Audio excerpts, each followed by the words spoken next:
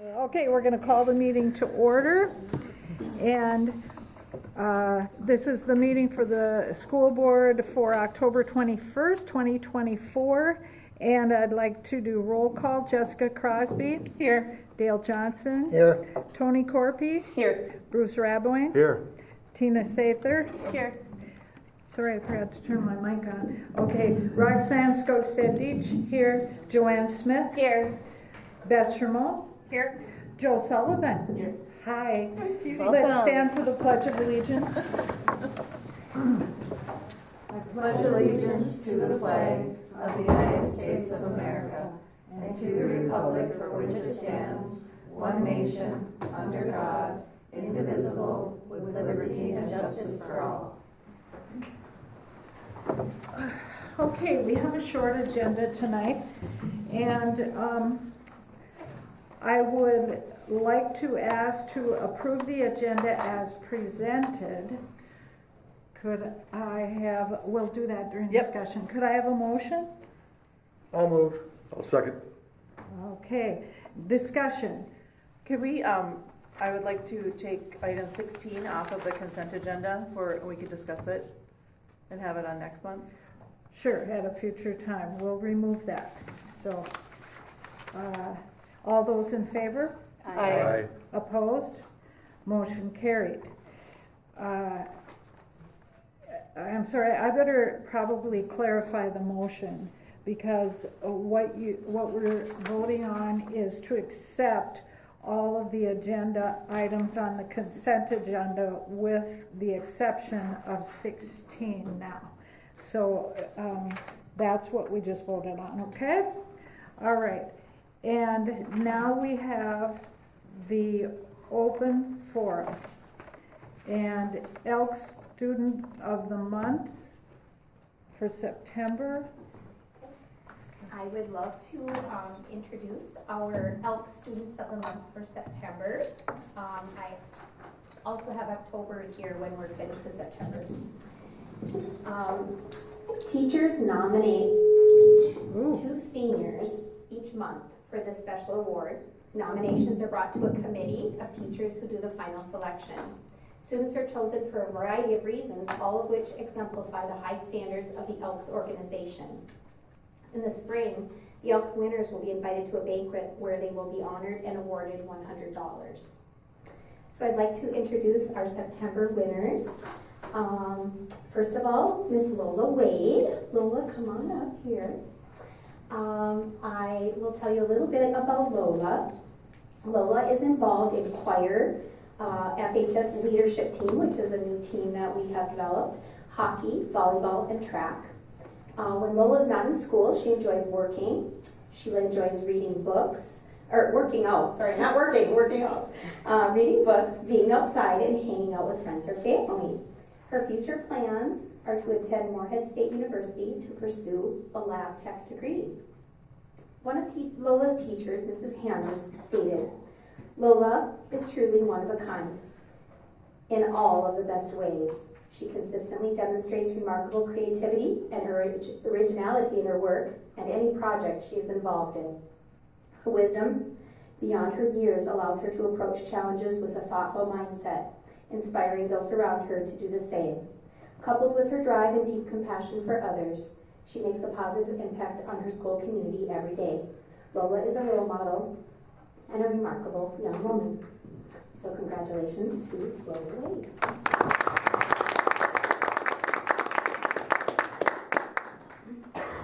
And you're going to stick around for photos? Lola, are you guys going to stick around for photos? We'll take a photo. Okay. Perfect. Our next September Elks Award winner is Mr. Landon Snyder. Come on up, Landon. Landon really enjoys hockey, golf, knowledge bowl, band, pep band, jazz, CAPE, student council, MHS, and math league. He's a little busy. When he's not in school, he likes to golf with his friends and family. Landon's mostly unsure about what he wants to do for the future, but he's got some ideas. He's thinking about going to college for mechanical engineering or aerospace engineering. Mrs. Hammers had some nice things to say about Landon. Landon is an exceptional student and young man. I'm continually impressed by Landon's unwavering integrity and the respect he shows to both his peers and staff on a daily basis. His strong work ethic, integrity, and character set an example for everyone around him. So congratulations.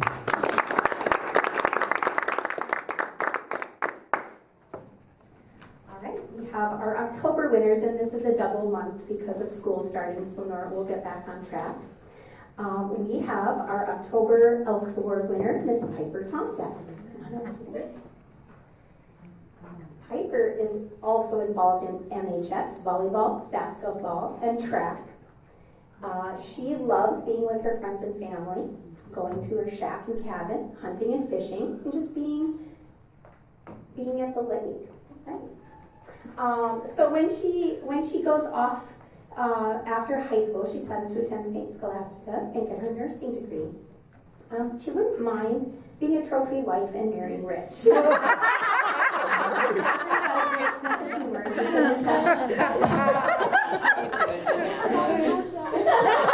I just read it all. Mrs. Hammers had some lovely things to say about you, Piper. Piper brings a smile to the classroom each and every day. Yes, so. She's compassionate towards her classmates and has a welcoming presence.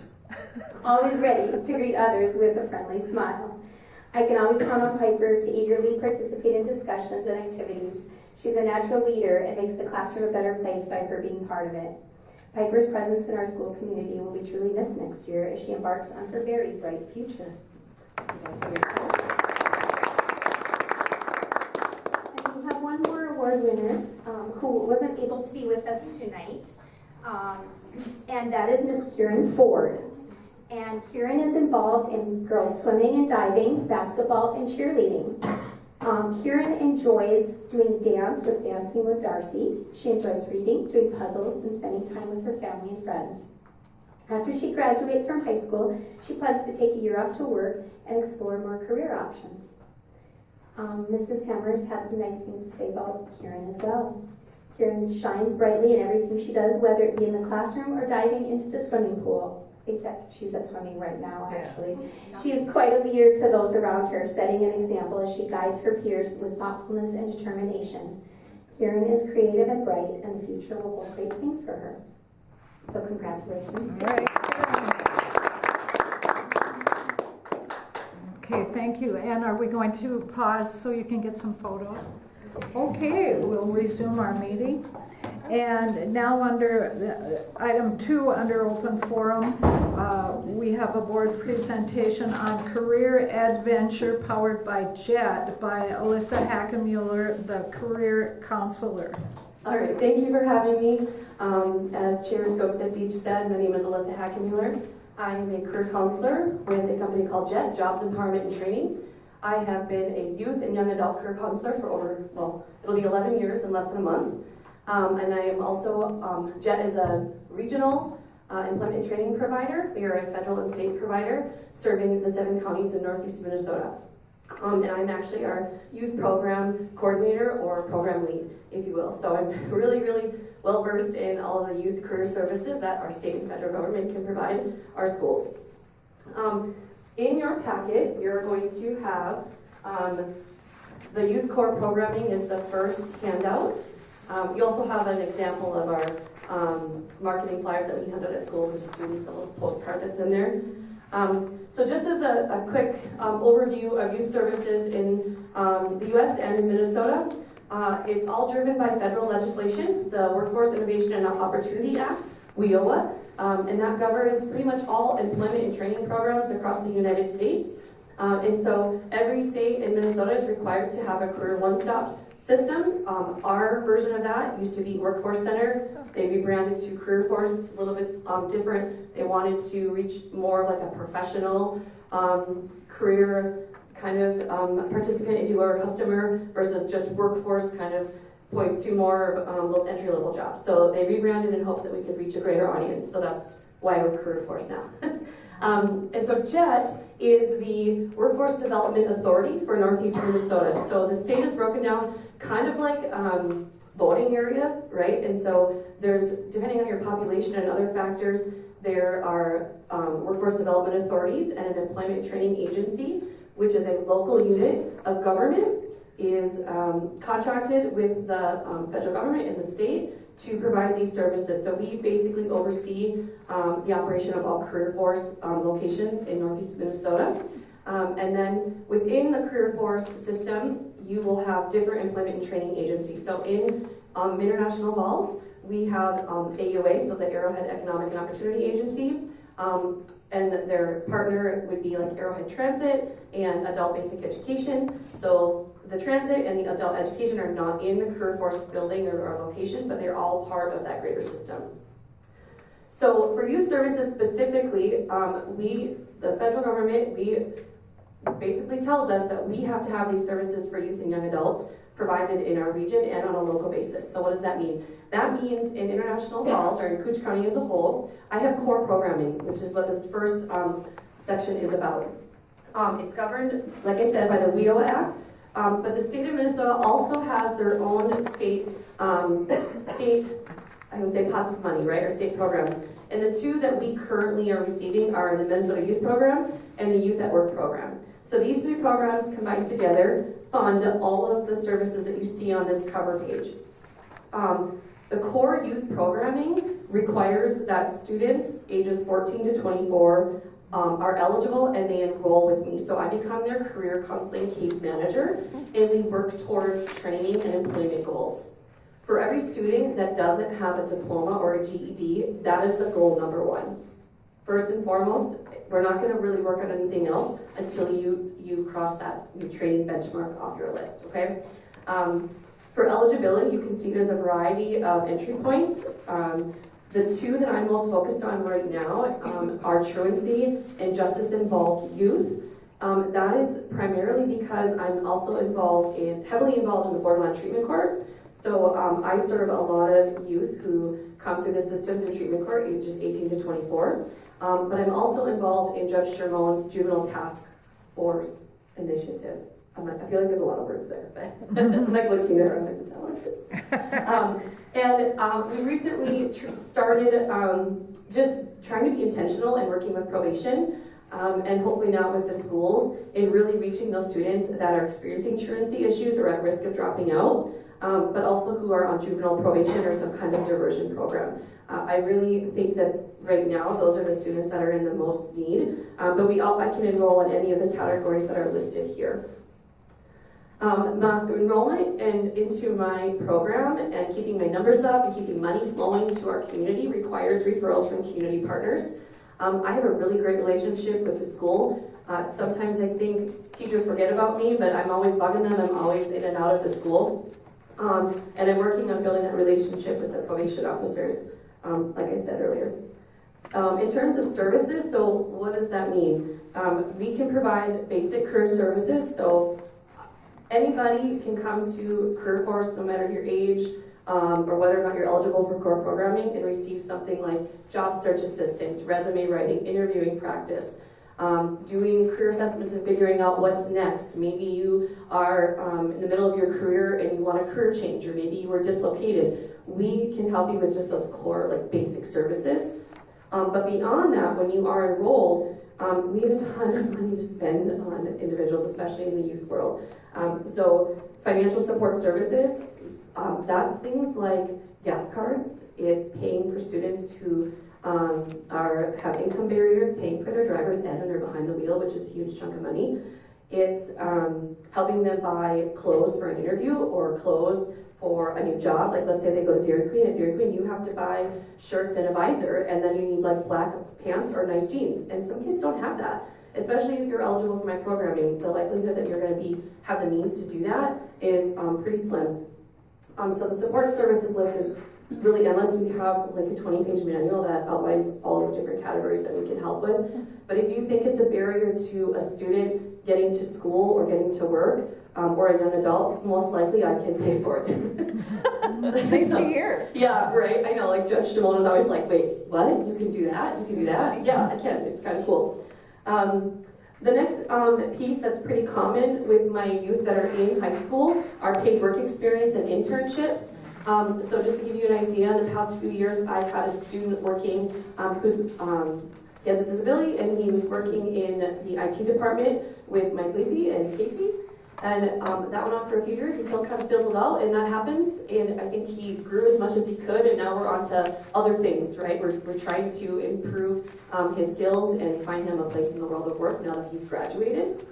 I've also had students work with the maintenance department, and when it's a paid work experience or an internship, I'm paying their wages and covering workers' compensation.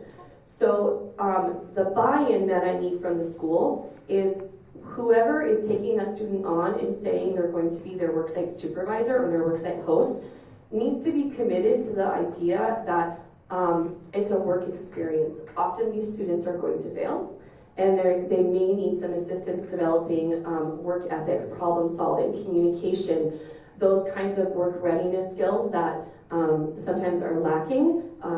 Like I would say, most employers recall us and they say, I'll teach anybody how to do any technical skill, but I can't teach them work ethic. I can't teach them problem solving or critical thinking. And that's the core of the work experience program, is to provide those opportunities with a caring and competent adult who can work one-on-one with that student and make that change happen for them.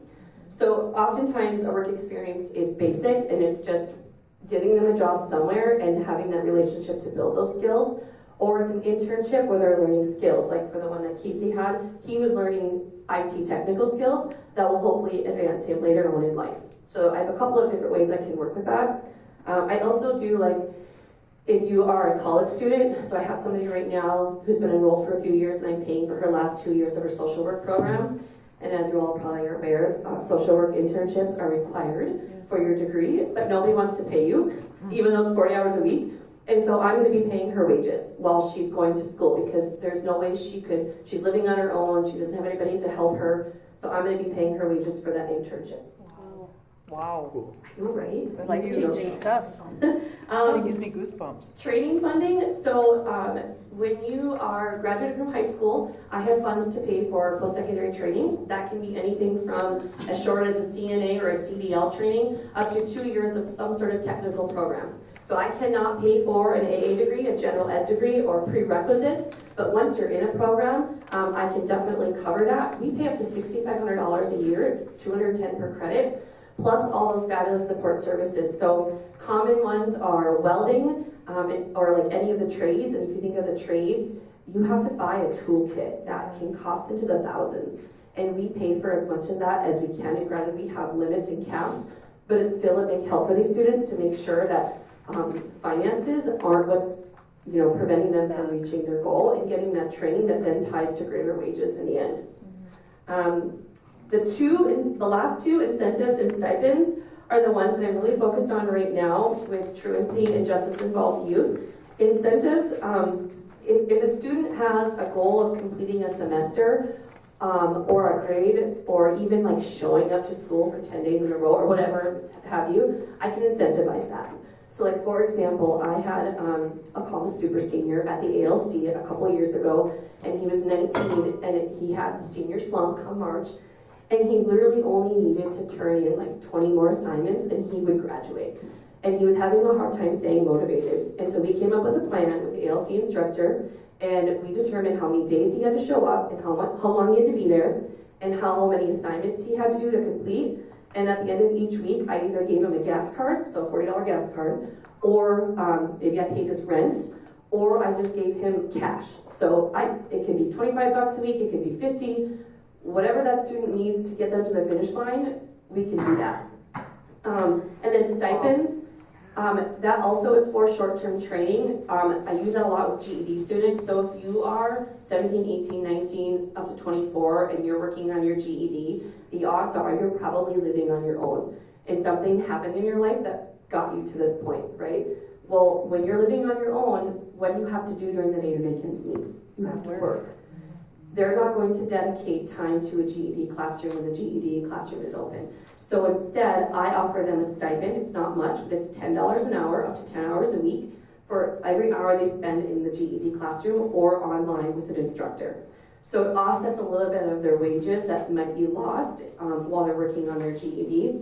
And then for every test they pass, so it's 4 tests for a GED, I give them a $25 cash reward. And then once they get their GED, it's $100. So it's $200 total if you get your GED, plus all the incentives along the way.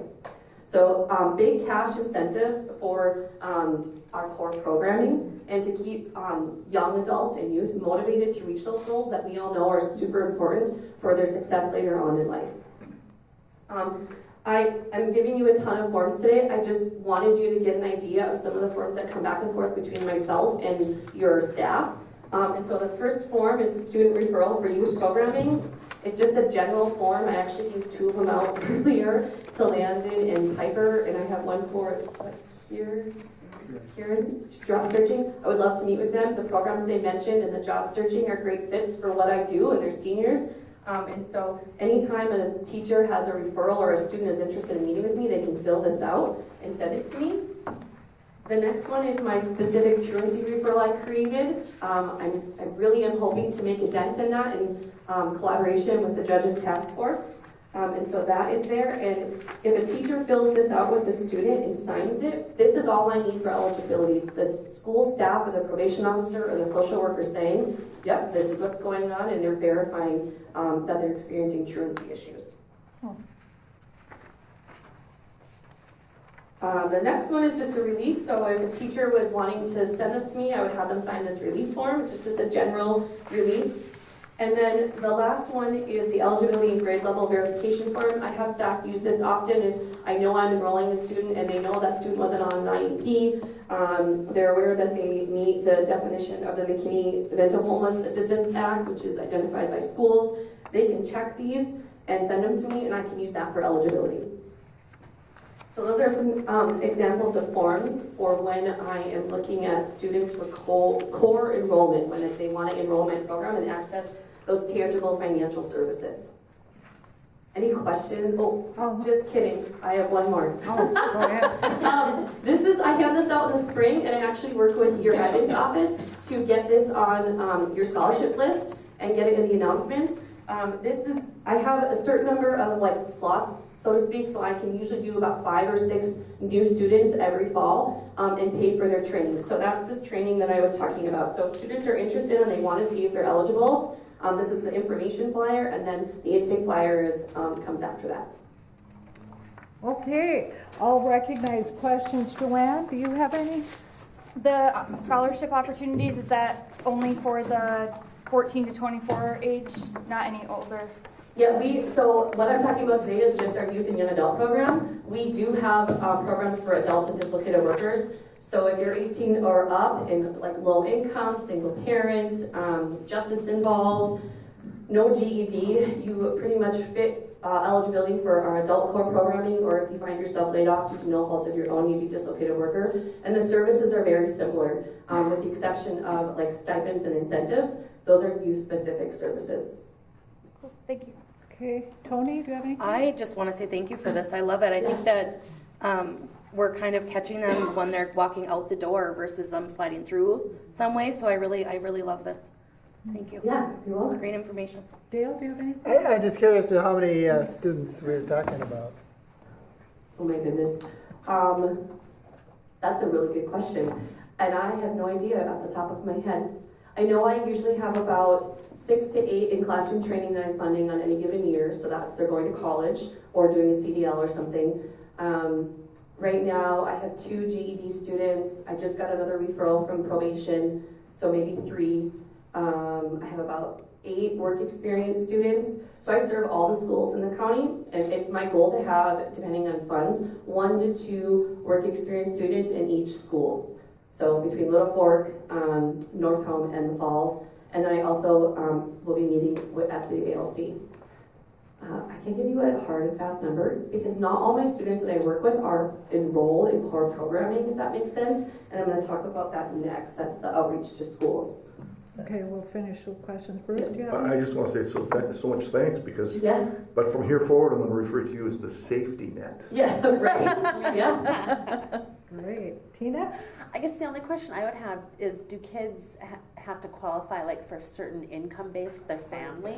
No, income is just one like area. So we can look at them in other ways. So if you are homeless or foster care, we consider you low income. If you have a disability, a student has a disability, we don't count family income at all. Okay. And so it gets tricky because each of those three areas, like the federal program and the 2 state programs, they have a little bit different eligibility. And so usually if the school has a youth that they're like, they could really use your services, there's a reason why, and I can find a way to fit them in. Okay, cool. Thank you. Very Yeah, informational. Jessica? That was my question. Okay, I have one. I always have the chair last for questions, but I heard you say anyone for 14 and up, that's for the resumes and job search and that kind of thing? Yep. Truly, the word anyone? Anyone. Really, you don't have to qualify at all for that? No, in fact, that's what we're going to talk about next. Okay, go ahead. Awesome. Okay, so the next cover page is outreach to schools. So through the state program, specifically the Minnesota Youth Program, we are required as a workforce development agency who receives that funding to provide what's called outreach to schools. And so, simply put, it's me providing individual services and group or classroom services to any school or student that needs it in Coochin County. We also do this for adults, so like any adult could walk into Career Force and get help with any of these things. So just a quick summary of what's in this packet. I have a student request for services form. I have a summary of services form. So once the student, just realizing my copy is not correct. Is your copy correct? Oh yeah, okay, well that's good. So the student request for services form, I actually work with the teacher who calls me, or the staff, usually it's teachers, but some other staff sometimes get in touch with me, and they say, so-and-so's interested in meeting with you to do a resume for a scholarship, or helping even just apply for scholarships this time of year, or maybe they don't know how to do a college application, and they don't know how to do their financial aid. I get a lot of those phone calls. I have them fill out this form. It helps me keep track of my numbers. It keeps me accountable. It keeps just everything organized. This is a system that I created when Tammy Riley and I first came on board 10 years ago with previous administration. We approached them about coming into the schools and being more intentional with how we're providing services and having a referral system. And this is what we came up with. These forms are all fillable, by the way, so I can just send them via email and they can return them, and it's super slick. When I get a form like this back, I usually am meeting with the student on site during an open hour or like a non-core elective. That's been like our rule since day one, or we're meeting after school. And your administrative ladies, your front desk ladies are fabulous. They always find me a spot. So I work with them when I know I'm coming to school and we find space. And sometimes it's in the classroom. If it's a small, like Maria Kalman always has me in her classroom, and we work in there a lot together with students, or I use like room 123 or the conference room in the offices. So I always find space for that. And then when I get that form, we set up a time, I find space, I contact the parent, I call them, and I just say, hey, your son or daughter is interested in meeting with me, are you okay with that? I don't think I've ever had somebody say no.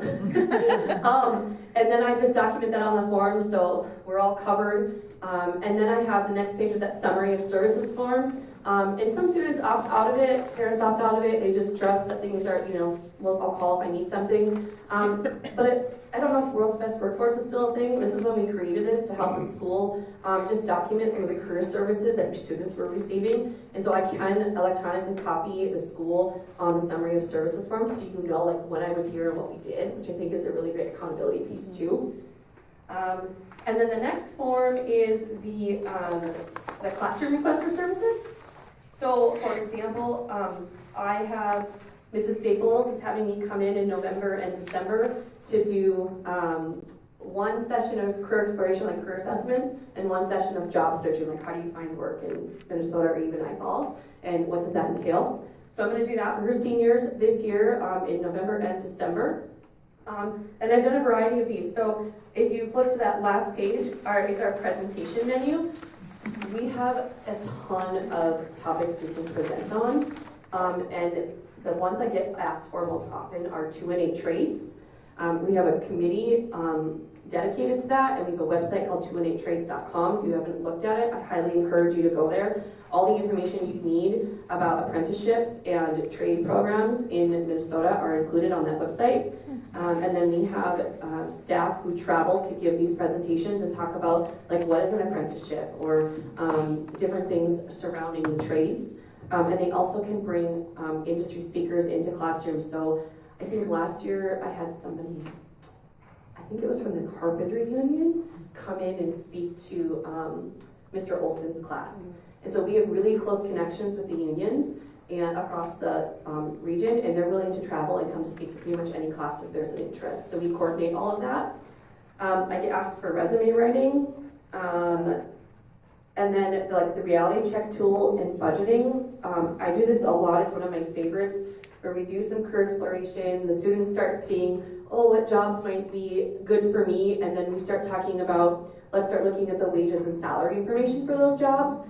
And so they're like, they have no idea, right, like what's important in a salary. And then, so we write down some of the salaries on the whiteboard, and we find an average, or they tell me what they think they need to earn an hour to make ends meet as an adult living the life they want to live. And then we do a budget together. And on the whiteboard, or whatever board we have, we talk about, like, just even in Little International Falls, what does it cost as a single young adult to rent, pay utilities, have a car, have maybe one streaming service, an internet, and a phone, just the basics, right, as an individual, no kids.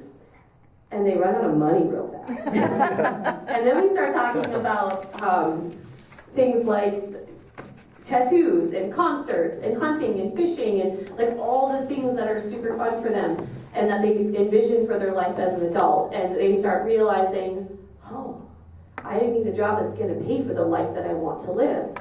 So the message is, I want you to find a job that aligns with your interests and your skills, but also that's going to afford you the life that you want to live. And that's going to look different for everybody. And so we talk about that in that presentation, and it's usually pretty well received. And then they have some starting point, like, okay, I'm looking at all these jobs, you're telling me to look at wages for potential earnings. What does that mean? They have a base point for that, right? So I don't want them to pick an occupation where they are going to like not have money, or maybe it's a dying occupation. We look at growth and demand as well. Like, don't pick something you're going to spend all this time and energy and effort into, and then not be able to find work on the back end. So those are what they do most often. And so again, just referring back to the cover page, I do those usually during class time, a non-core elective open hour, if you are all okay with that. I think that's one thing that Superintendent Shimon and I talked about briefly before coming here is that has always been how we have rolled, and we will continue to do that. Or if you have other directive, just let me know. One barrier, if I may, that's usually pretty well taken care of by your awesome IT department is emails and career websites are blocked often. And so like, if I can't get an email to a student or a teacher or vice versa, we figure it out. Casey helps, it's great, but that is a barrier that happens sometimes. And then I'm here the first Tuesday of each month, and then the third Tuesday of the month at the LC. That's my schedule for the year. And I just fill up the days, 1st through 7th hour. That's great. Let's start on this end for more questions. You have any good, Tina? No, I'm good. Bruce? Dale? Nope. Do you feel that the staff here knows well enough about you to get you to these students? Yeah, so like Mrs. Hammers, I do resumes for her quite a bit. And Mrs. Staples uses me a lot, the English, right? They use me a lot for that. If I have something like birding that I want to do, usually I call Mr. Stamper. Like, hey, can I get into your class? I know you got the whole section of a grade usually, right? And then Mrs. Kalman is awesome. For students that have a disability or an IEP, our niche and what we serve is sort of like high-functioning IEPs. So specific learning disability, emotional behavioral disorder, high-functioning autism. If your student needs a para to get through the school or is potentially a participant for the 18 to 21 program, I would maybe discuss with that family a referral to vocational rehabilitation, which is what I do, but specifically for individuals with disabilities, and they're much better at understanding the resources and the needs and the services available for those that are needing a higher level of service. So to answer your question, I'd say yes and no. I have my core like champion teachers, I would say. I really want to get into like the truancy stuff, and I think the task force will probably help with that. Mm-hmm. Absolutely. Such life skills that they need to know. Yes, So I love know. it. I'm really hoping that my phone doesn't blow up. Like, it's a good thing, but I'm on one human, so We appreciate we'll make you. it work. Joanne, do you have anything? Thank you. Okay, I don't have anything, but thanks so much. Thank you for Alyssa. having me. Thank you I so much. appreciate it. I Very can call or email anytime. Thanks a Thank lot. you. Thanks. Alyssa. Okay, and now we have public open forum, but I don't think we have anybody for public open forum. So now we're moving on to the committee reports. And Joe Sullivan, do you have a report for us? Go ahead, stand up and tell us all about it. Thank you. I guess to get things started, we recently celebrated our homecoming week with a variety of events, including the Pet Fest, dress-up days, cake-provided donuts in the lobby, the Peach Fuzz versus Powder Puff volleyball and football game. There was a varsity volleyball game during the school, followed by a football game and homecoming dance at the Elks. The dance was a success. We raised $2,820 for student council. Awesome. Thanks. Student council held a blood drive. The target goal was to get enough blood to save 24 lives. We surpassed the goal and saved approximately 28 lives. Nice. Very successful. Some of our upcoming events, our student council will be hosting a food drive through October 21st through the 25th during first hour. And all the food will be donated to the local food shelf. Kate will be having a table at the Halloween Treat Street on October 24th. And we'll also be hosting a scavenger hunt that basically promotes the prevention of drugs and alcohol. Friday, October 25th, the music department will be hosting a haunted museum and bake sale as a fundraiser while providing some Halloween fun. And that's about it. Okay, Awesome. and you are the first one that got to do a report with that much noise, so thank goodness for that. We have to let the prisoner know the basement. Thank you. Dale, do you have any questions? No. Bruce, Thanks, Joe. Tina, Nope. Jessica, Joanne? What date did you say was the Haunted Museum? Haunted Museum, October 25th. Thanks. Tony? Joseph, how did you feel during the school volleyball game went, like student body wise? Was that a great? Oh, yes. The school spirit was Awesome. on top. Okay, That's perfect. great. Thanks a lot. Great, thank you, Joe. Thanks, Joe. Okay, and now, Principal Tate? Do you have the PowerPoint? Send it to your email on Joe. That's okay.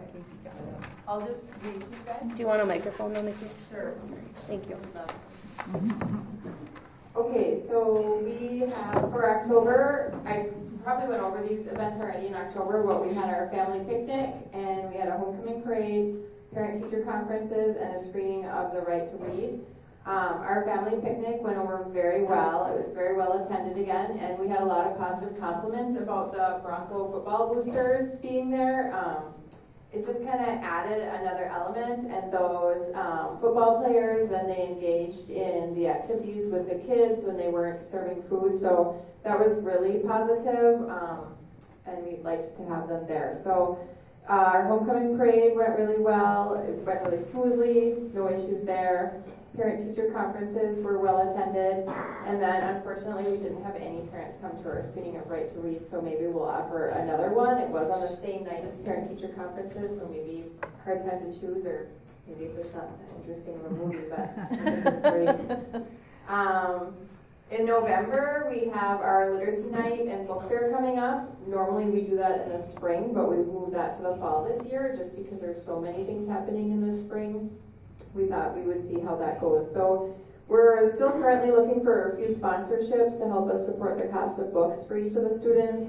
Last year when they came, we were able to give each student and family a goodie bag that included a book and then some informational packets about how to help your kids with reading at home, and some stickers, just little trinkets like that. PCA has graciously offered to donate $1,000 to the event for the purchase of books for families, but I anticipate the cost probably to be around $2,500 to $3,000. So we are still looking for a few sponsors to help us support that. I've reached out to a few places. We'll see what happens there. Academic updates, we, at the end of October, just completed our K through 5 data meetings, or at the end of September, sorry. So our interventions have started, and we continue each year to refine our MTSS model based on the data we received from our fast bridge screener and our diagnostic assessment. This year we went with a core survey for our diagnostic assessment, and the results from the core survey that we got, I was really pleased with. They really aligned to our fast bridge screening information, so that affirmed to us we were on the right track. And one thing I would also say that we found in looking at our data from the previous year, last year across the board in grades 2 through 5, we started in first grade a little bit late intentionally. We did partner reading with paragraph shrinking as a class-wide intervention, and we went back and looked at the data from the previous year, each grade, like 3rd, 4th, 5th, and 6th. And I will tell you, you can see the kids, the majority of our kids, they really climbed last year, and so that just really reinforces that what we did, putting them in that text and doing that intervention pretty religiously really helped. You could even see the summer slide when kids were not reading, but I mean, some of the kids from the years before, they would grow a little bit, but it was a definite really big jump. So that was nice to see, and I shared that with all teachers during our data meetings. So it's nice to reinforce some of the things that we have done that have worked and made a difference. So our data meetings will continue to run every 6 weeks. Our next data meeting will occur in December, because that's when we'll do our next screening in December, so we can hit the ground running again in January. So we're continuing to work on organizing our book room to give staff access to decodable text for students to practice with as they learn different phonics patterns. And we got lessons 1 through 41 that align with UFLA. Kim McDonald and Christina Dowdy worked really hard on getting that ready, so staff can start checking out books from that room now, but we're not completely finished, but we're really happy and it looks great. We had UFLA training on October 7th, and this was a really good, valuable training. We had teachers and paras attend the training, paras that were able to attend. And it was really nice to have them attend because a lot of them are doing some of that scripted intervention with kids. So it was nice to see them or have them see it firsthand from the trainers. We had 2 trainers that one came from Florida and the other from Arizona. Wow. So it was nice to have them here to go over each component with us. And we really learned about the important features that we need to ensure we're implementing and following for best results, like they saw in their pilot. So, and we'll continue to receive training in the writing framework, think SRSD, as the year goes along. For social emotional learning updates, I think I've talked about this before, but we are using Character Strong, pre-K through grade 5. Jordan has created calendars of SEL topics for each week of the month over the school year, so all staff have gotten that, so we all stay at the same spot and we're all doing what we need to do. And it's been a really good addition this year. It's the kids engage with it a little bit more than they did with Second Step. It's updated, a lot of good information. It has tier 2 and 3 interventions. We're just starting to really dig into the tier 2 components it offers, and we'll start using this for kids that are identified at risk by the My Savers and through Skyward Discipline referrals. And then we've also found that they have some consistent restorative practices throughout their materials for both tier 2 and 3, so we'll begin to incorporate them as we process student discipline with our students. Just kind of they've got some written forms that we can go through with our kids, and just some visuals that we can go through and process some of those restorative practices with them when they are having a hard time making good choices. So we also have established a building team for PBIS and a building team for our LPS leadership team, and we will have our first meeting in October. Any questions for me? Bruce, we'll start with you. No. Tina? No. Jessica? Joanne? No, thank you. Yeah. I have one, just a reminder that I think one of our goals this year for our school board meetings are to try to help those who are listening in on Zoom or those who attend that are parents and stuff, to help them understand some of the verbiage that we use. So would you mind just explaining tier 1 to, you don't go into detail, but say, what do you mean when you say tier 1, 2, 3? Well, just tier 1 is like the whole, everybody gets tier 1, right? And tier 2 are kids maybe that are flagged, maybe as being at risk on our My Sabers assessment that we do. That's like an SEL assessment for Is that younger. for reading only? No, we do it for academics and social emotional. I guess I was just going back to, I was just talking about social emotional. So that's what tier 1 and 2 and 3, like 3 would be, they need more intense assistance. Maybe when we're talking about social emotional, maybe they're getting more discipline referrals than the other students. For tier 1, 2, and 3, for academics, it's really kind of the same thing. Like tier 1, everybody gets tier 1. We have in our multi-tiered systems of support, and that's really just the framework, like the umbrella of how we operate at Falls Elementary School, and that we, K through 2, we actually are differentiating right across our core curriculum in tier 1. So we've taken our diagnostic assessments and really placed kids where they need to be so that we can target those needs right across the core curriculum. And then they get, actually, we have small groups then, and we have title staff that are pushing into K through 2 classrooms, and we call that tier 2 because it's like another dose of instruction that those kids get. And in K2 we can get to really small groups because we have that title staff going in there to help push in. And then tier 3 is oftentimes special education, but not always special education students, but those students that need that extra intervention. And then I would call our win time probably tier 3 because that's like another dose that we have for our kids. And again, they're traveling in their same groups. And then tier 3, we're able to get to an even smaller group for our kids who need really intense interventions. Okay, thank you. Okay, and now Principal West. Thank you. So at Falls High School, we held our parent-teacher conferences the evening of October 7th and October 9th. They were beautiful evenings. We served coffee and cookies to any of the parents that came in and students. Our turnout was about average. It wasn't as high as we wanted it to be, but we had a nice number of parents here. We've talked about ways going forward.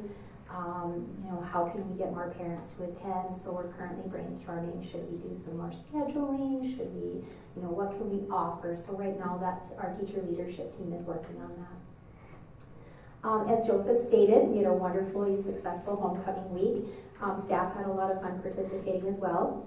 We enjoyed all the great traditions of the past, but by having the varsity volleyball game during the school day, that was something new. We didn't know how it would go, but we've all felt it was tremendously successful. So we are actually looking forward to holding more events like this in the future. Good. So, our teacher leadership team has been meeting. We meet twice a month, and we have been just really brainstorming some great ideas. Right now, we're working on a plan to roll out the new ALICE safety protocols to our students, and our team just really had some great suggestions.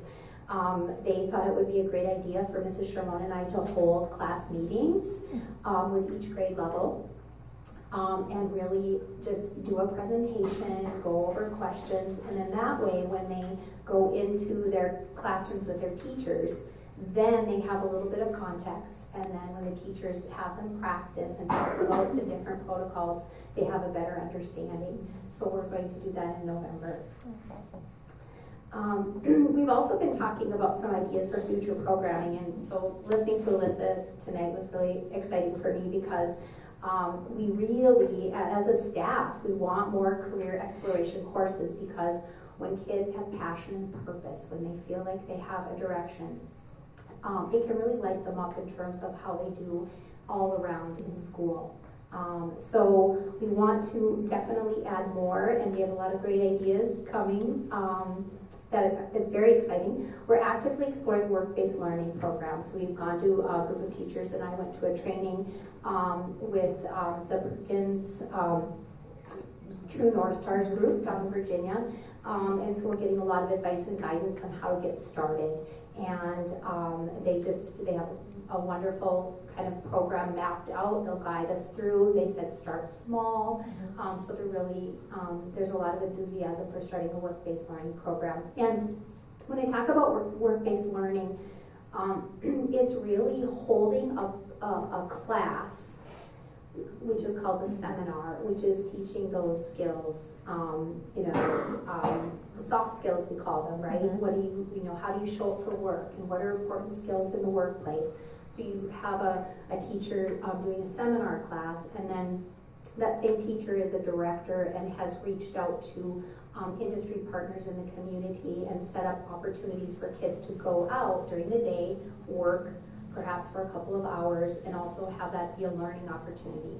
Kids are paid, they learn some great skills, they can even get some certifications depending upon the work environment, and it can really lead them to a great place in their future.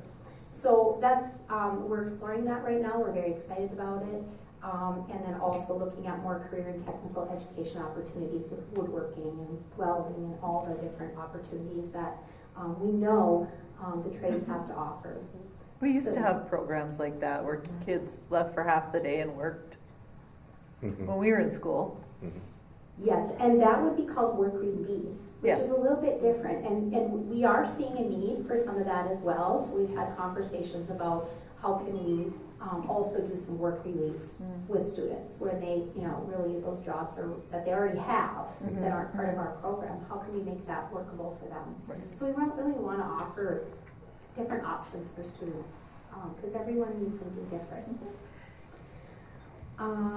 We are working on making some changes to our special education department in consultation with the Northern Learning Center in partnership with them.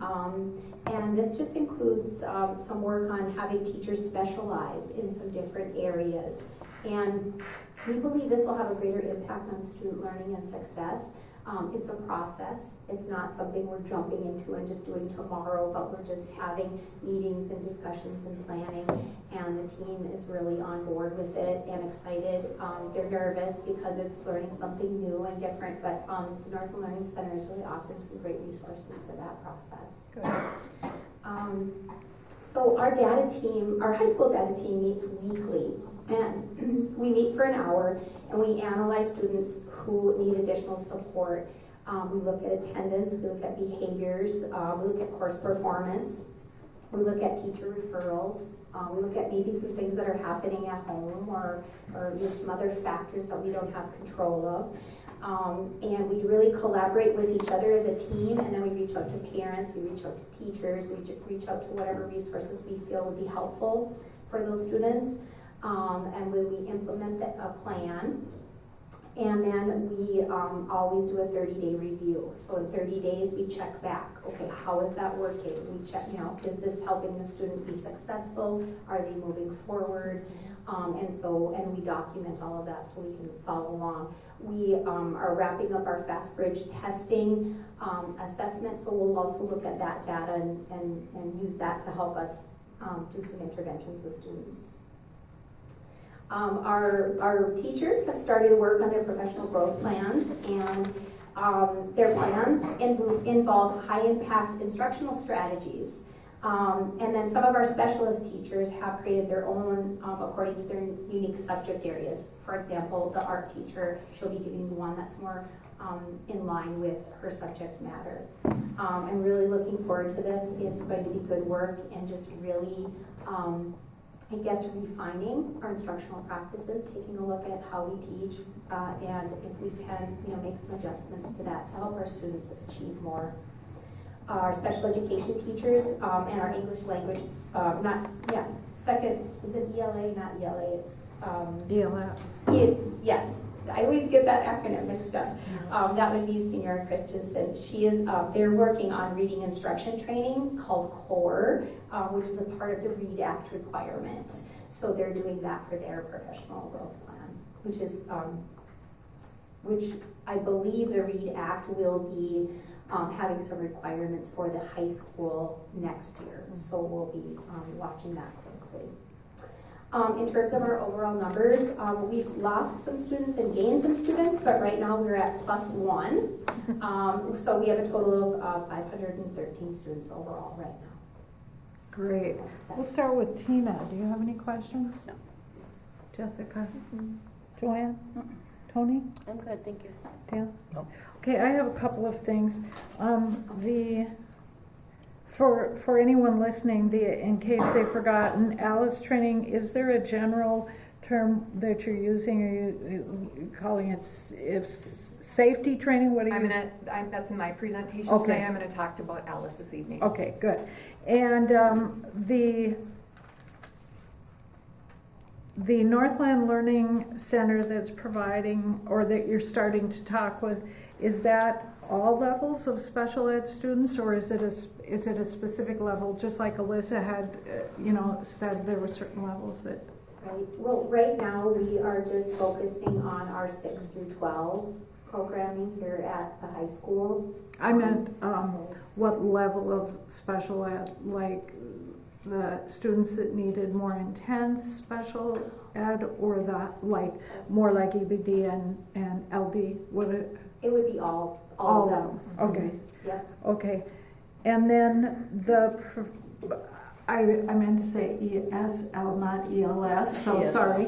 But, and the last thing is, in terms of the professional growth programming, are you calling it QComp, not SIL, or what are you calling? Yes. Okay, so for that you discussed, you said the art teachers were doing a more specific towards their what they teach. What about the special ed teachers? The special education teachers are required to do the READ Act, the reading program, which actually really impacts what they're teaching and how they're working with their students, so it's really applicable to helping their students. So there's no way for teachers who are working with the very high needs special ed students to opt out and do something more specifically geared towards high need students? At this time, the READ Act is a requirement, so they have to do it anyway. Oh. Yeah. Okay. All right. Thank you very much, Principal West. And now, is there a report from Tom Holt, Maintenance Transportation There's not Director? tonight. None. Is there a report from Beth Ann Slatinsky, Community Ed?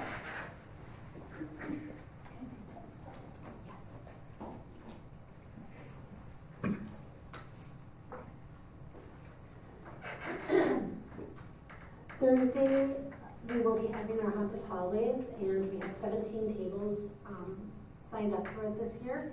We start down by the pool area, and they go through the industrial hallway in front of the cafeteria and end at the lobby. And our goal was to get 15 tables, and so 17 exceeded our goal. We have a sourdough class coming up. We had a lady reach out. She did the class in Little Fork. They have a new community ed coordinator in Little Fork, and so her and I have kind of tried to coordinate our classes together, and it seems to be working really well. We coordinated firearm safety, we coordinated our ATV classes so that we could actually offer 2 dates closer together, so if somebody in Little Fork couldn't do her date, then they could come to ours and vice versa. It helps the DNR when we do that stuff. So we have the sourdough class coming up October 29th. And we have enough signed up to have the class. I was worried about that, but we have enough to go ahead with the class. PALS is going well, and the pool is going just fine. Elementary is starting to pick up and want pool parties during the day.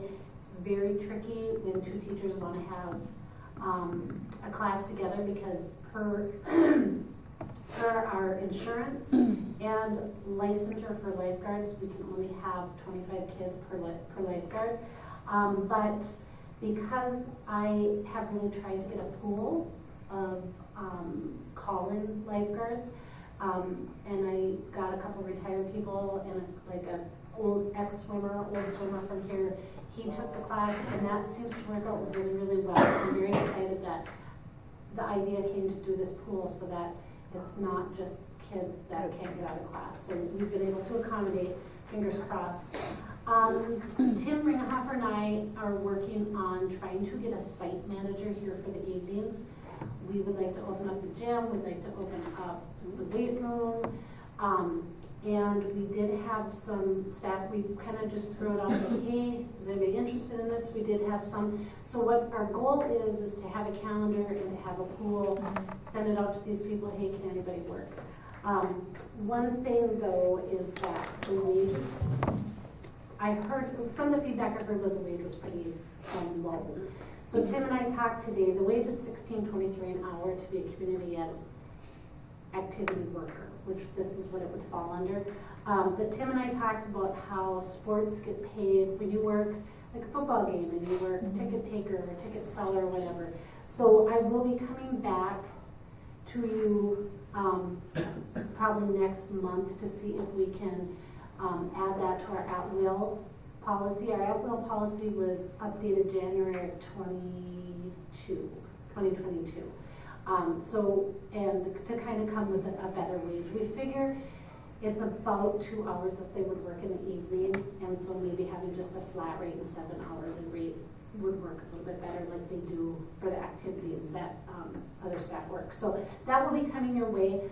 I was pleased with the feedback that we got with this site manager. I think it's really important so we can keep the building open, and then it lessens the janitors. They don't have to go open up a door, or because we do have booster clubs that use the school too. It would be something where if we have somebody here, they can open the door, they can make sure the window's shut, they can make sure that the door is locked after that person leaves. So it's a pretty light duty, but we really think it's important to start getting our school open more. I will be leaving for a conference tomorrow after work. Angela is attending, we're going to Duluth, and she's going to attend some adults with disabilities programming, and I will be attending some general community ed. I'm going to try to focus on some youth stuff so that we can, that's a goal, is to get our youth programming through community ed up and running now. And that's it. Thank you. Joanne, do you have any questions? No. Tony? Thank you. Dan? Bruce? No, thank you. Jessica? Thanks, Beth. Thanks a lot, Beth. It's just great to hear from everyone. Okay, do we have a report from Activities Director Tim Ringhofer? Looks like it. I think No. he stepped out. I'm not sure. He's got his winter activities meeting tonight. Okay, he didn't give one. Okay, and last but not least, we have Superintendent Shermone. So I have a few slides that I just want to introduce to you, just to talk to you a little bit about. Thanks for pulling that up, Lizzie.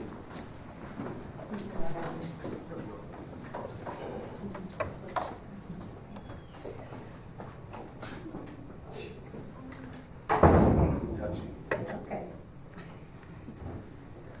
So I know that there are a few key points that you wanted to hear about, some updates regarding some of the work that we're doing with the school district.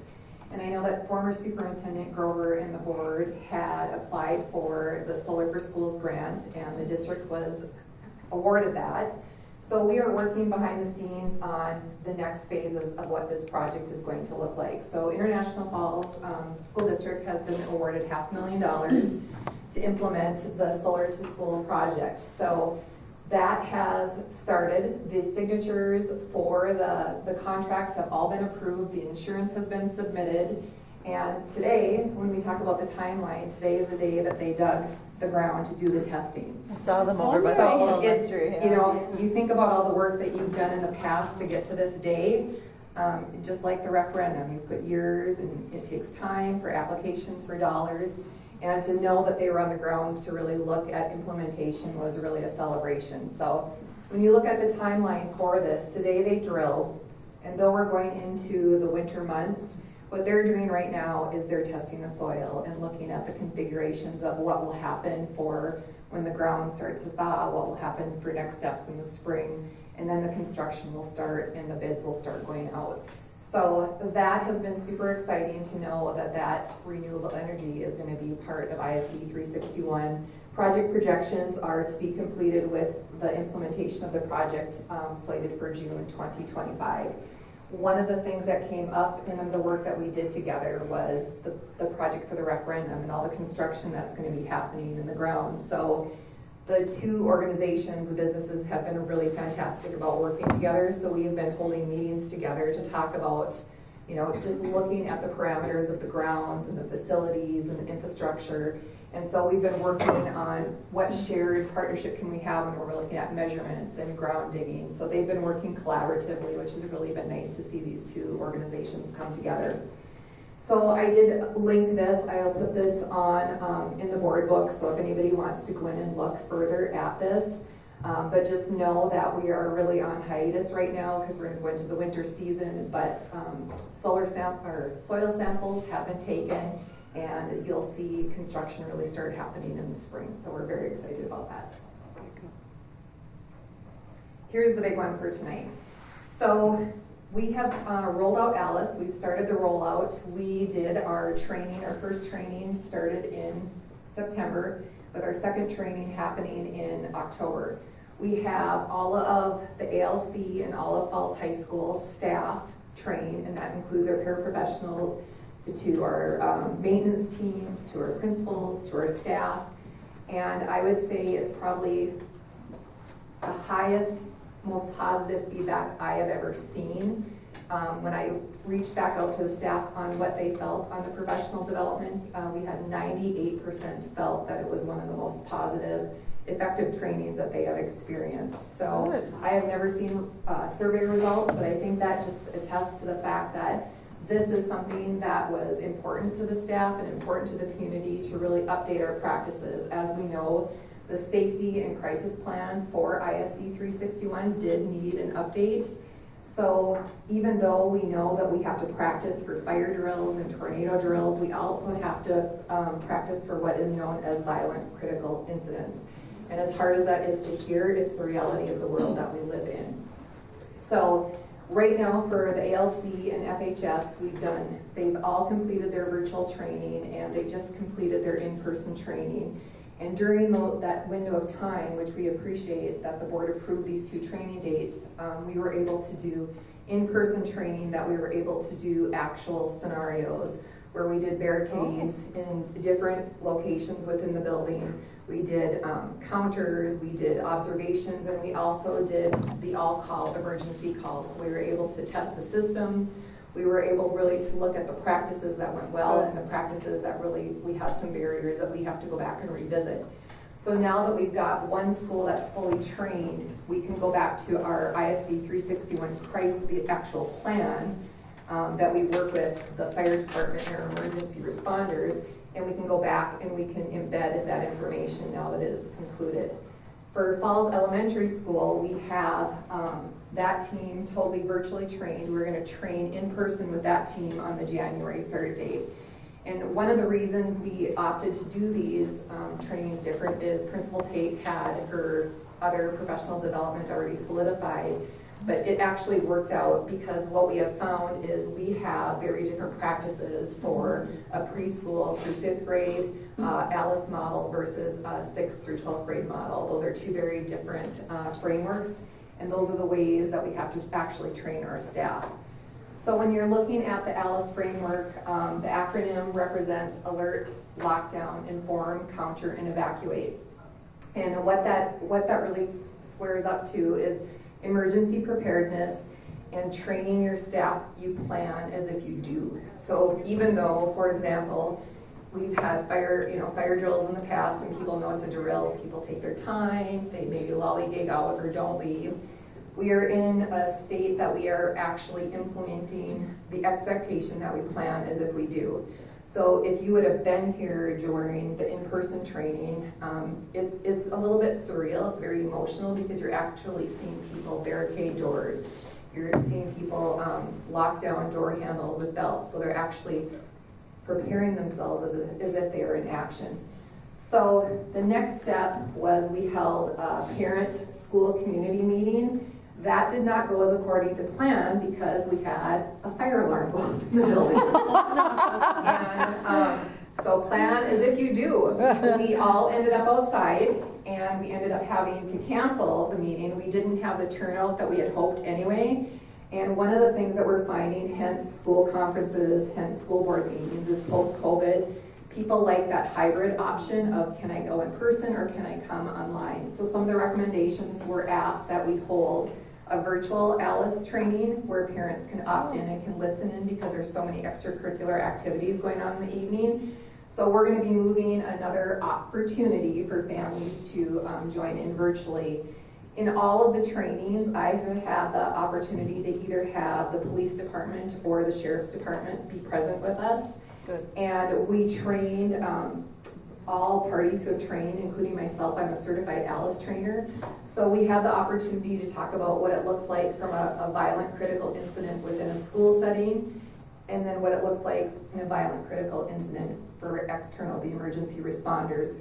So our staff had the opportunity to go through a training on these are the expectations of a work environment, but when the emergency responders come into your environment, that looks vastly different and they take over the expectations, and this is what the expectations will look like. So I think that partnership was very positive, and we also now are in alignment with the hospital, the sheriff's department, the fire department, and the police department. So now the entire community is ALICE trained, which we feel really good to be a part of that. So the next part I just want to visit with you briefly about is how we're going to roll this out to students. There's 4 quadrants when we train for ALICE in our student trainings, and some of the conversations, I'm a shared leadership role model, so I really want people to engage in what do they want that teaching and learning to look like in their space.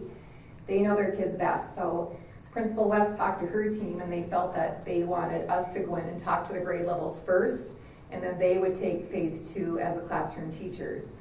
Where when we talk about the developmental piece, so you see, this is the book called I'm Not Scared, I'm Prepared. So for preschool, kindergarten, first grade, and second grade, we're not going to train them on, countering and barriers and blockades. What we do is we go in and we teach developmentally. So we use a book. We talk about fire drills. We talk about stranger danger, and that this is just another layer of being prepared, listening to directions of your teacher. We talk about voice volume and the importance of if there's an emergency, what the expectations are, and we practice that with the kids. That's great. So then when we move to an upper elementary model, we talk to the kids about what we teach the younger kids, and then we talk to them about listening to the classroom teacher, listening to the adult in the room, but then we introduce what's called situational awareness. Knowing your surroundings. Do you see somebody that shouldn't be in this space?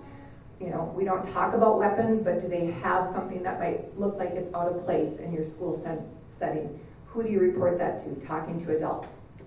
Then you move to a middle school model, then you teach those layers underneath that pre-K 1, that upper elementary, and then you introduce the middle school model, and that's where you talk about situational awareness, informing others, being really aware of your surroundings. What do you see? I see a black sweater, I see somebody with blonde hair, and using very specific, basic information versus code words. We also talk about things like evacuate. What does evacuate mean? It means you leave the space. We talk about things like counter. Counter is distractions, right? So we talk about if you had to protect yourself, what's something that you could use in the actual space that you're in versus sitting in a corner and waiting, because that's what we're trying to get away from, is being able to make decisions based on the information that you know. So we might give some basic scenarios. We would never give violent critical incident scenarios to our students. Then when we talk about the high school students, we introduce the ALICE acronyms to the students, but then we talk to them a little bit more deeply because of their developmentally at a level where they can understand. Though we don't talk about guns, we don't talk about violent critical incidents, we do teach the students how to blockade doors. We talk about the voice levels. We talk about listening to the adults in the room. We talk about what counter looks like to create distractions, but we also talk about barricade. And then we show the kids how to barricade doors, and we put them in what's almost like an assembly line, so they have the opportunity to listen and to show what a good blockade looks like. One of the things that is offered in this is before any of this happens, the communication will go out to families. They will have the opportunity to opt out of any of this. Now, we do not do live scenarios.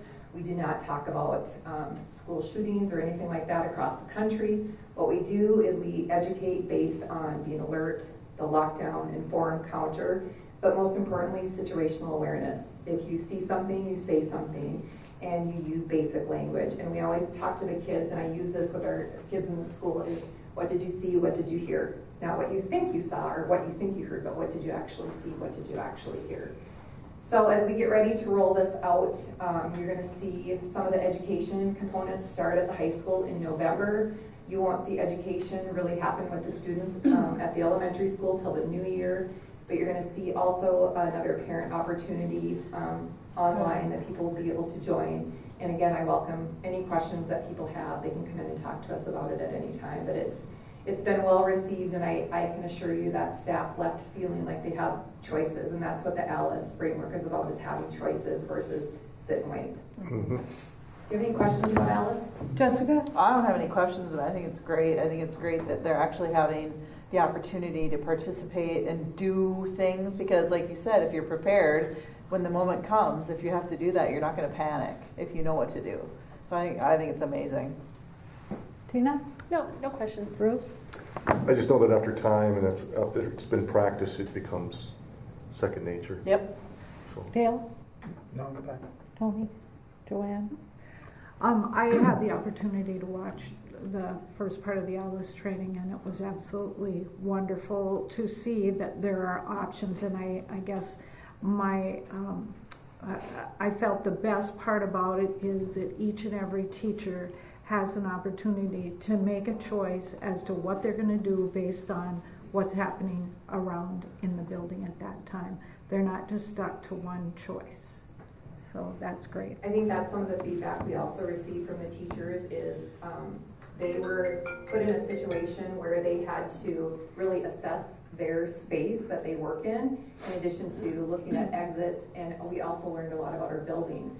Maybe what we need to look at different, what do we need to set up differently, maybe something wasn't working the way it was supposed to, so it really also afforded us the opportunity to invest in what can we do better within our buildings and our structures of design.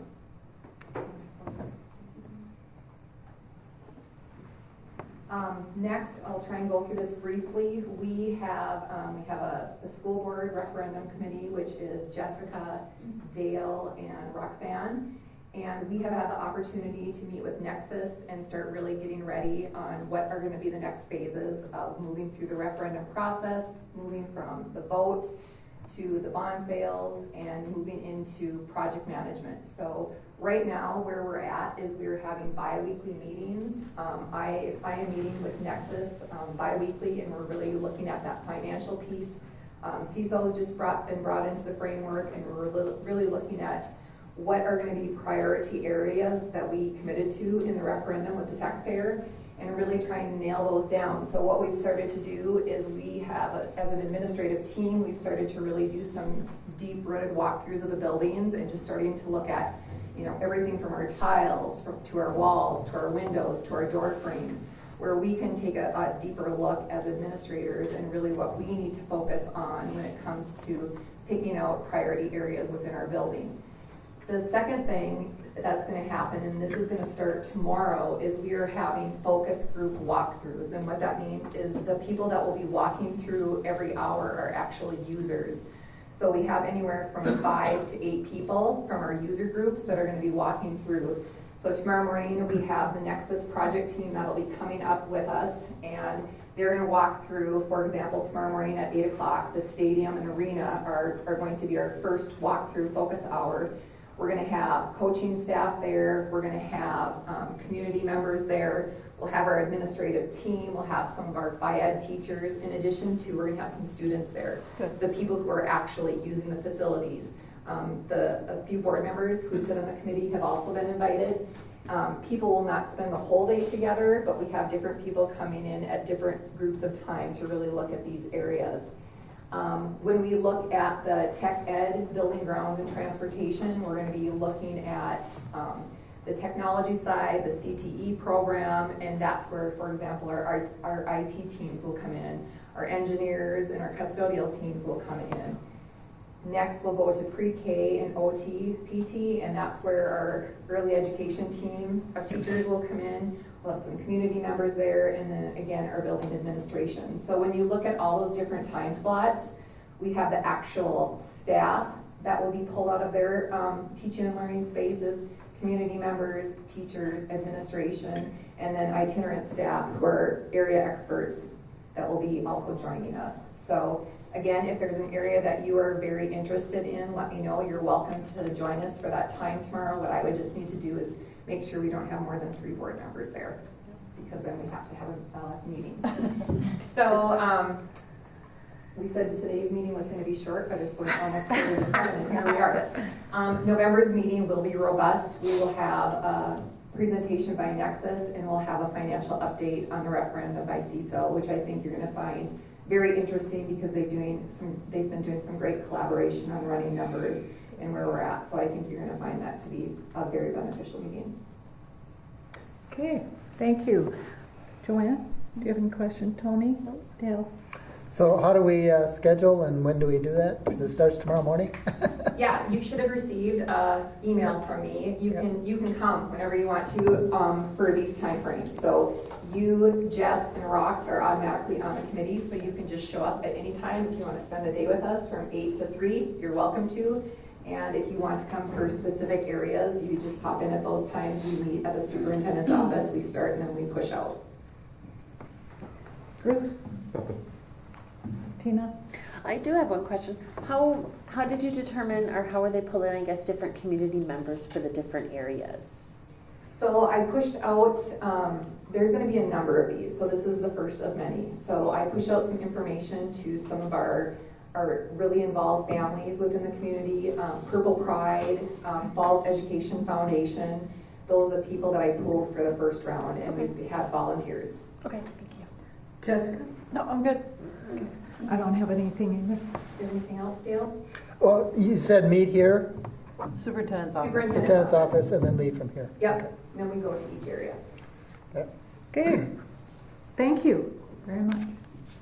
I'll try and run through these really quick. I just wanted to update you, on my 100-day plan, and also to let you know that the role of superintendent looks a little bit different. We are now starting to work on the 25-26 school year, so superintendent's always working on the next school year, even though we're still working through some 24-25 content right now.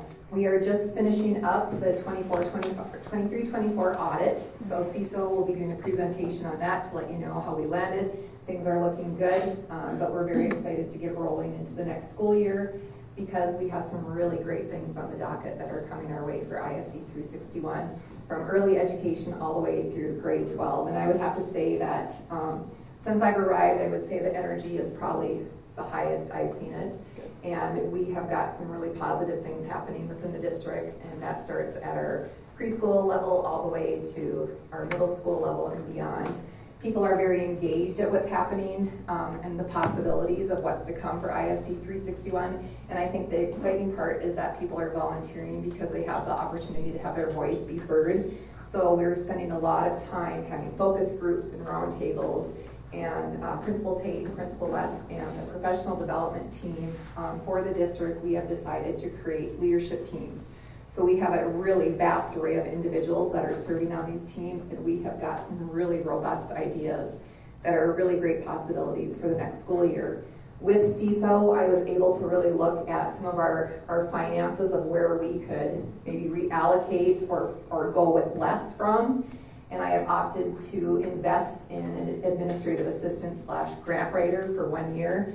we have access and opportunities to tap into millions of dollars to really invest in some of the programming that we offer, to even for things like furniture or field trip or mental health.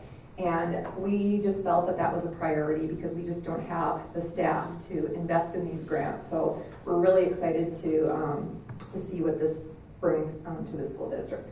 So when we look at the first area, one of the areas that I just wanted to talk briefly about is a priority for me is school attendance, and I think everybody knows that. It's always a priority for me as an administrator because it ultimately impacts the outcomes of how our kids socialize and peer relationships, but it also impacts academic outcomes. And I did share through an email last month, the state MCA and MTAS scores have been shared. Can we do better as a district? Absolutely. But in that data review, I do have some significant concerns about our school attendance and our school tardy trends for 361. One of the other areas that I have noted in this, and Principal West and I talked about this today, is when we look at how our classes are offered at a high school level, we are really seeing some of our core classes are at the end of the day, and that's the part of the day where extracurricular activities happen. Yeah. So we need to do a better job in what our structure and our schedules look like to ensure that our students are receiving that math, reading, science, that intervention work that needs to be done. So Principal West and I, in addition to our leadership teams, are really going to look at what our schedules and our models look like for the next school year and what offerings that we have. But I would say one of the great things about the PGPs this year is that they're invested in instructional practices and best strategies, and then at the elementary level, they're really beefing up that intervention model. And the youth fly work that Missy and her team has done has just been incredible. So I think we're going to see some really positive strides forward. We've got an attendance committee not only within our school leadership team that I am working with, we have also partnered in the community with the juvenile task force, and Alyssa talked about that. That is led by Judge Shermone, and he has probation, law enforcement, he's got our community social workers, he has the county attorneys. So they have partnered with all the schools, which includes North Home, Little Fork, International Falls, and we just had our first roundtable meeting with families who are already truant, and we came together and implemented intervention plans, and that is very successful outcomes and roadmaps. So getting ahead of the game before it gets really out of control and the trend just becomes a slippery slope. So having those community partnerships are going to be vital in really addressing the truancy and school attendance concerns that we have as a district.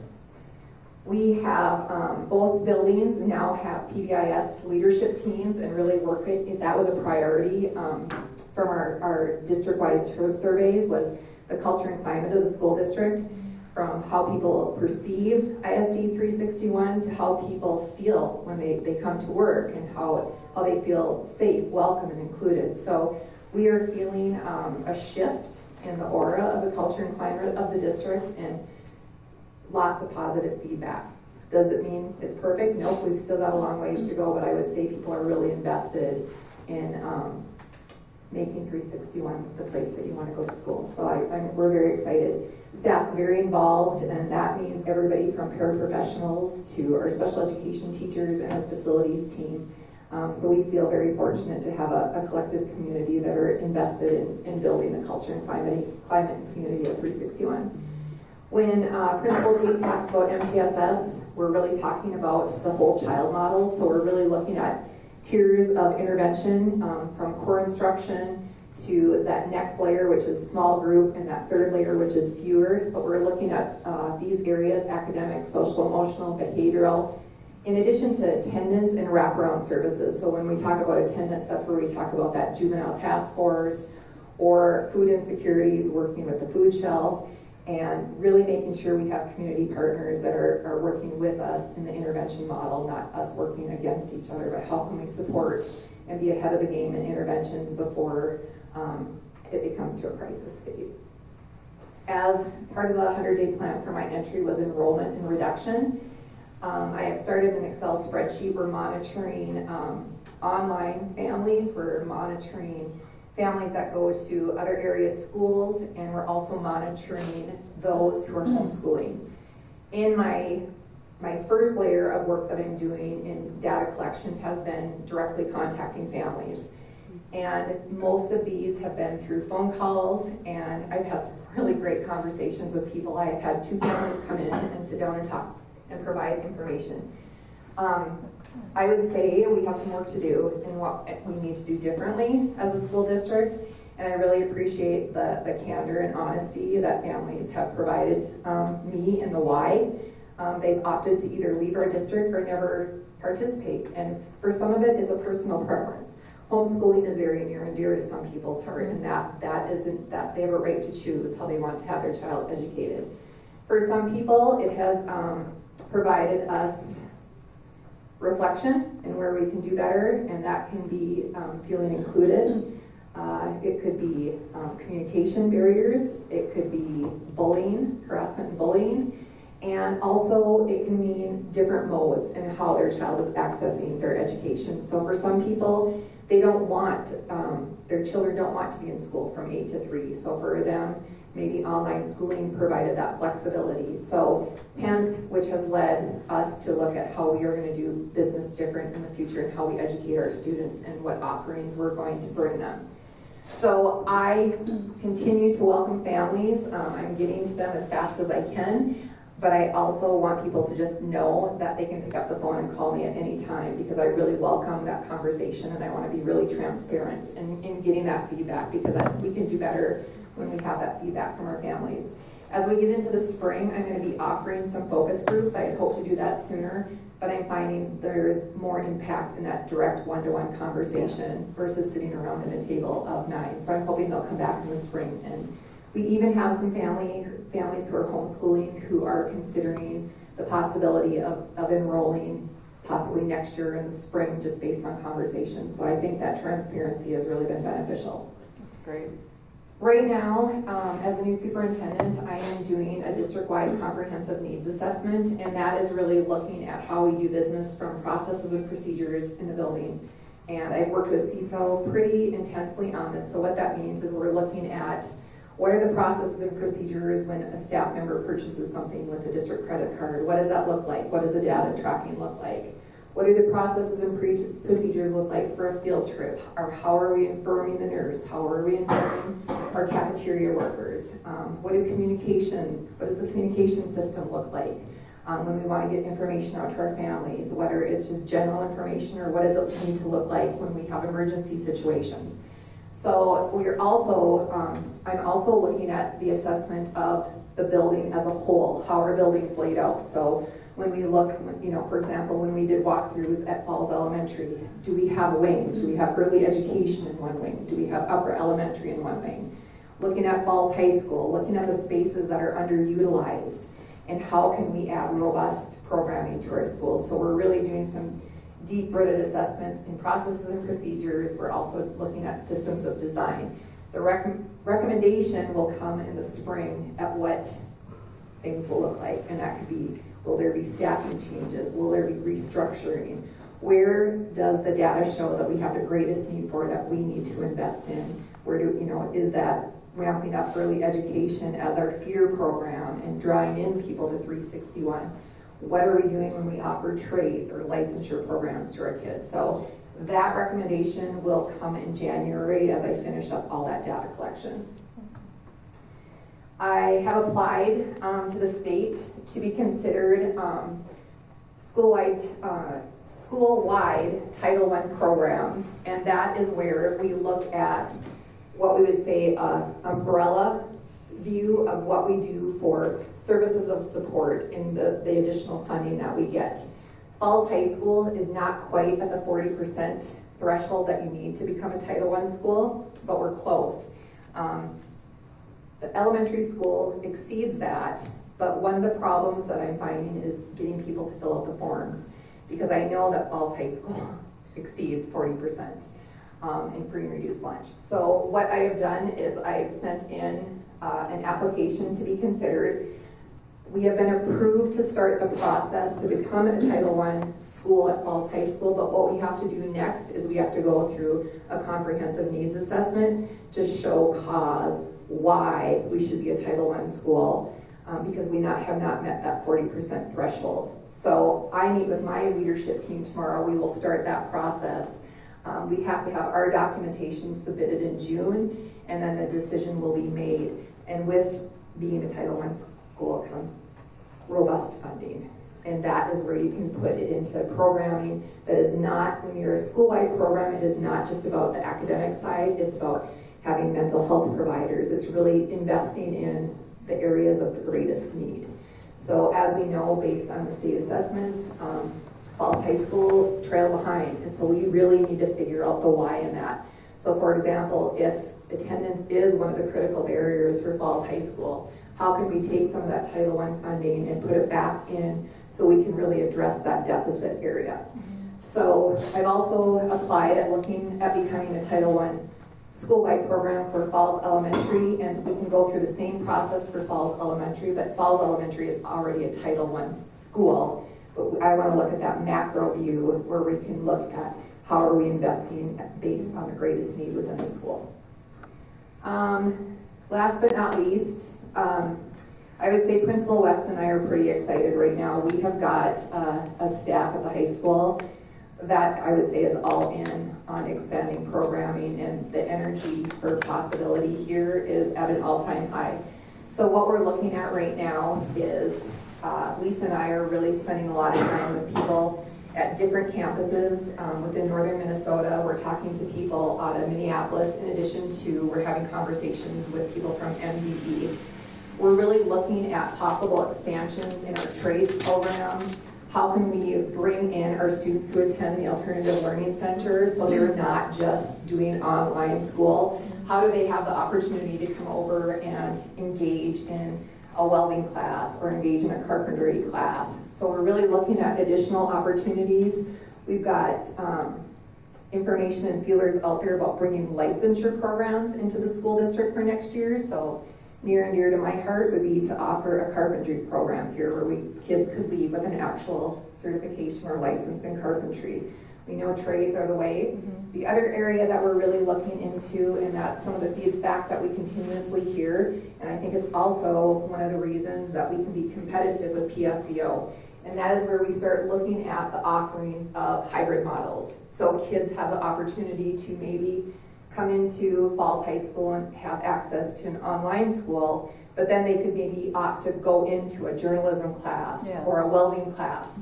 So we're really looking at how do we create a robust hybrid model at Falls High School that gives kids that feel of being able to come and go that they do at that post-secondary component of their instructional and teaching and learning experiences, but how can we offer that here? Schools across Minnesota, across the country are doing this because we have to be competitive with homeschool, PSEO, online schools. We have a number of students in our district that go to online school, and they do it because they have the opportunity to work during the day.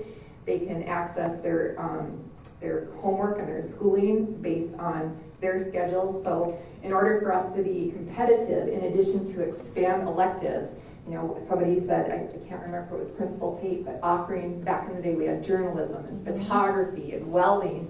How do we bring those back so kids want to stay and get excited? In addition to, we have a lot of talented staff here that can teach these programs. So we're really excited. These are areas that we're exploring right now, and it's a quote that I started the year off, we all do better when we all do better. So we're excited about where we're going for the district. Great. Tony, do you have any questions? No, I feel like I want to clap though. Yeah, I do too. Dale? I'm good. Bruce? Oh, good. Tina? I don't. It was a lot of information to take in, but it was good. I'm still absorbing. Jessica? The one thing I would ask when you're looking at like expanding programs and such is the opportunity to expand concurrent enrollment so that the kids can get their AA while staying here, because you're talking about competing with PSEO. I mean, I've always been a big supporter of PSEO. Both my kids have done it. But if there had been the opportunity to get their AA while they were still here, they'd stayed here. And I can tell you, Principal West is leading the charge. Awesome. She's doing phenomenal work. Both schools really excited. Good. Joanne, do you have anything? And I just want to say that I am so impressed. I can't believe that we have such expertise being provided to our schools now, and I really congratulate our administrators. Thank you very much, and you should be clapped for. Okay, and with that, we have our action item, which is like so not exciting compared to everything, but we have to do it under the concept of improving systems and structures. No, we need to do the consent agenda first. No, We did the consent agenda. we did the consent. When I asked to have it moved. Yeah, because we pulled Yeah. out number 16. We pulled That out was number just the approval of 16. the agenda. We didn't The rest. approve Oh, the items. gotcha. I thought I clarified that we were No, approving that was it. approving the agenda in You itself, approved the though, agenda. from Dale and Bruce, and then it carried, but. We have a motion, we didn't vote. Oh, okay. So, all those in favor? First, need gotta a- get the we motion. need a Oh, motion. sorry. May I have a motion to approve the consent agenda? I'll make that motion. I'll second. All those in favor? Aye. Opposed? Motion carried. Thank you, Joanne. And now with the action items under the concept of improving systems and structures to create a culture where all are welcome and supported. Under 1A, we have the resolution acceptance of gifts and donations. May I have a motion? I'll make that motion. I'll second. Okay, and I will read it. Whereas School Board Policy 706 establishes the guidelines for the acceptance of gifts or donations to the district, whereas the International Falls School District Board encourages the support of the district's educational programs through gifts or donations that meet the goals and objectives of the school district, whereas Minnesota Statute 465.03 states the school board may accept a gift, grant, or devise a real or personal property only by the adoption of a resolution approved by 2/3 of its members. Therefore, be it resolved, the School Board of International Falls Public Schools, ISD 361, accepts with appreciation the following gifts, donations, or grants received by the school district. Pete Kaler, $100 donation to Cape for block party door prize. Bronco softball boosters, $270 for field lawn care. Bronco cross country boosters, $350 for uniform shorts. Bronco basketball boosters, $3,000 for huddle. Bronco volleyball boosters, $700 for huddle. Super One Foods, 60 boxes of food, I assume, for Student Council food drive. All those in favor? Aye. Opposed? Motion carried. And now, we are at our last agenda item, which is, may I have a motion to adjourn the meeting? I'll make that Motion. motion. Oh, sorry. Go ahead. I'll second. Okay. All those in favor? Aye. Opposed? Motion carried. Thank you, everyone.